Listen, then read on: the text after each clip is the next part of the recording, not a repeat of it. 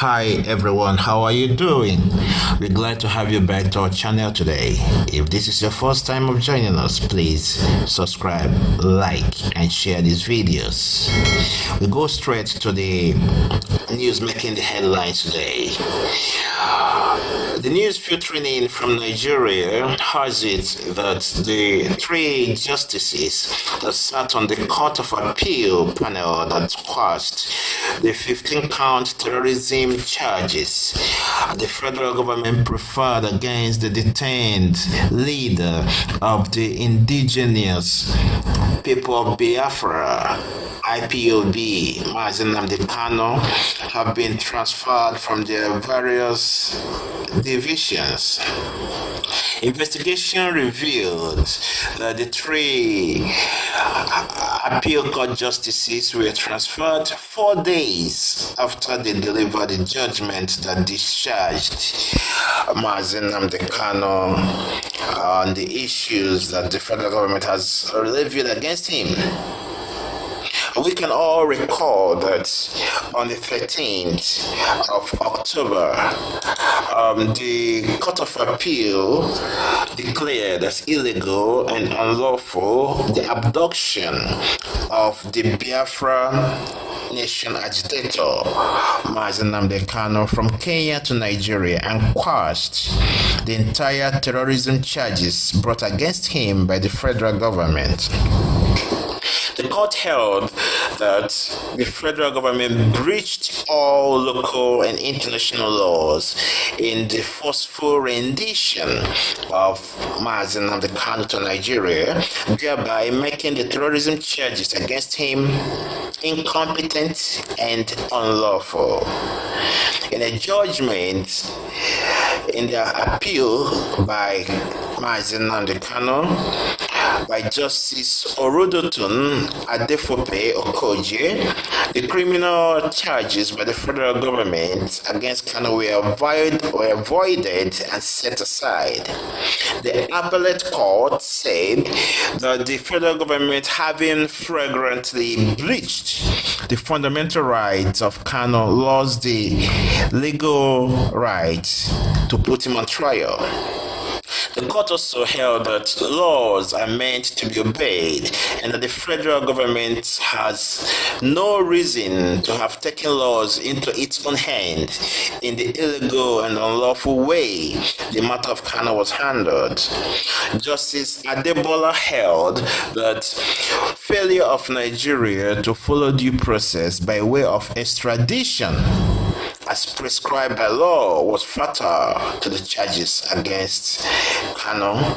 The appeal court further held that the failure of the federal government to disclose where and when the alleged offenses brought against Kanu were committed was also fatal to the terrorism charges and made them liable to dismissal.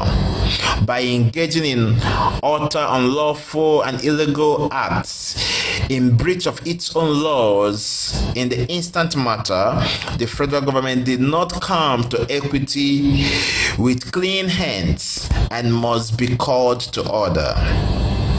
With appalling disregard to local and international laws, the federal government has lost the right to put the appellant trial for any offense.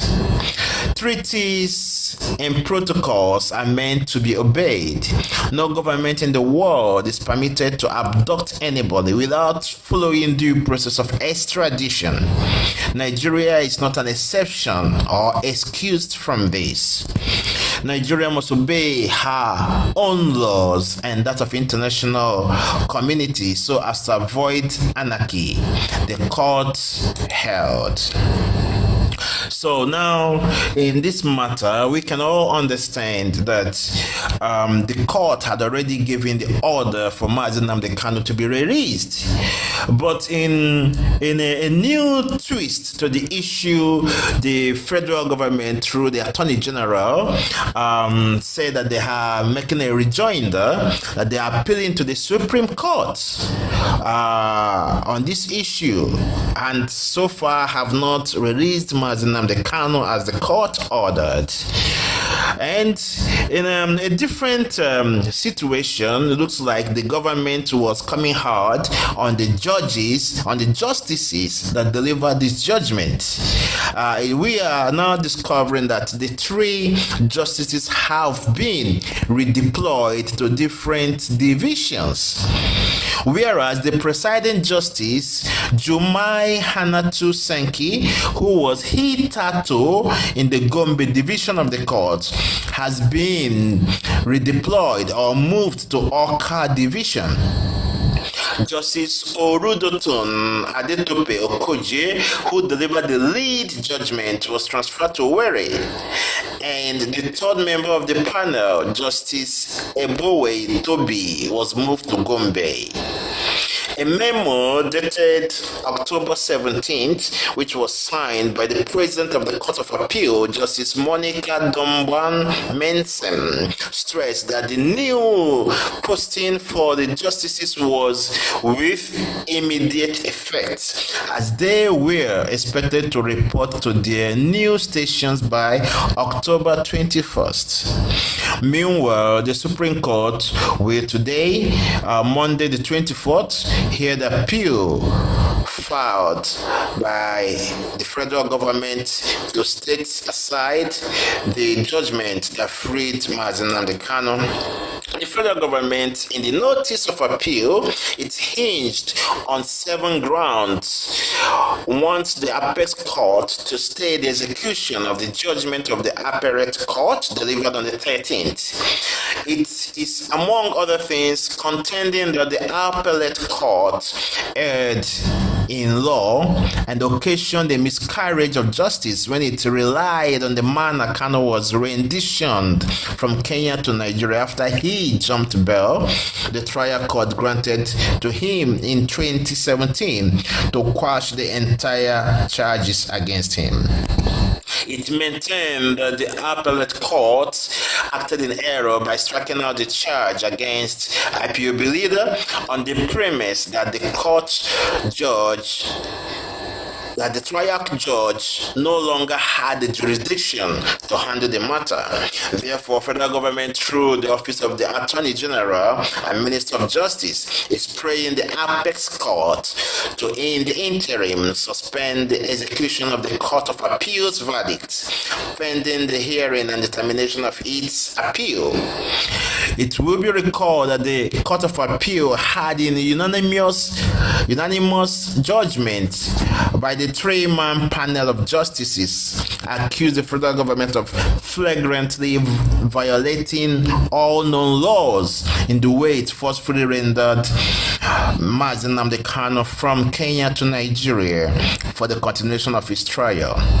It held that such extraordinary rendition without adherence to due process of the law was gross violation of all international conventions, treaties, protocols, and guidelines that Nigeria is signatory to, as well as a breach of the apparent fundamental human rights.